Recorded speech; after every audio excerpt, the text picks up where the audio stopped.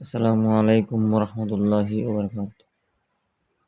সম্মানিত প্রিয় দর্শক, আজকে আলোচনা করব ঋণগ্রস্ত না হওয়ার আমল।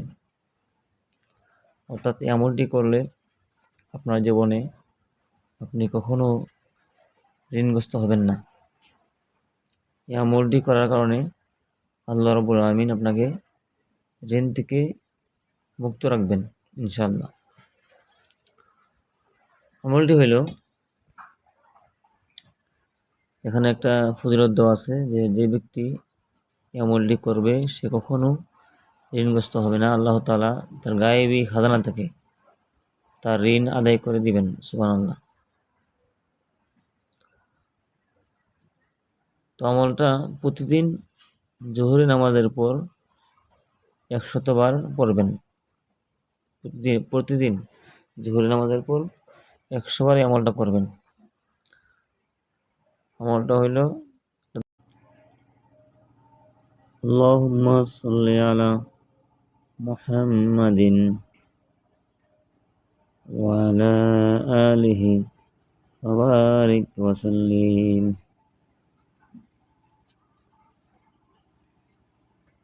আল্লাহুম্মা সাল্লি আলা মুহাম্মাদিন ওয়া আলা আলিহি ওয়া বারিক ওয়া সাল্লিম। দুইবার বললাম, আরেকবার বলি, আল্লাহুম্মা সাল্লি আলা মুহাম্মাদিন ওয়া আলা আলিহি ওয়া বারিক ওয়া সাল্লিম। কয়েকবার দেখে দেখে পড়বেন, ইনশাআল্লাহ আপনার মুখস্থ হয়ে যাবে সহজেই।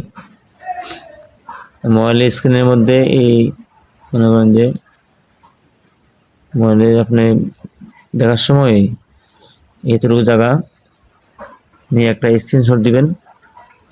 স্ক্রিনশট দিয়ে তারপরে সুস্থিরে শিখবেন। তো আল্লাহ রাব্বুল আলামিন আমাদের সবাইকে এই আমলটা করার তৌফিক দান করুক। আমি আবার বলতেছি, আমলটা করার নিয়ম হলো প্রত্যেক জোহরের নামাজের পর 100 বার।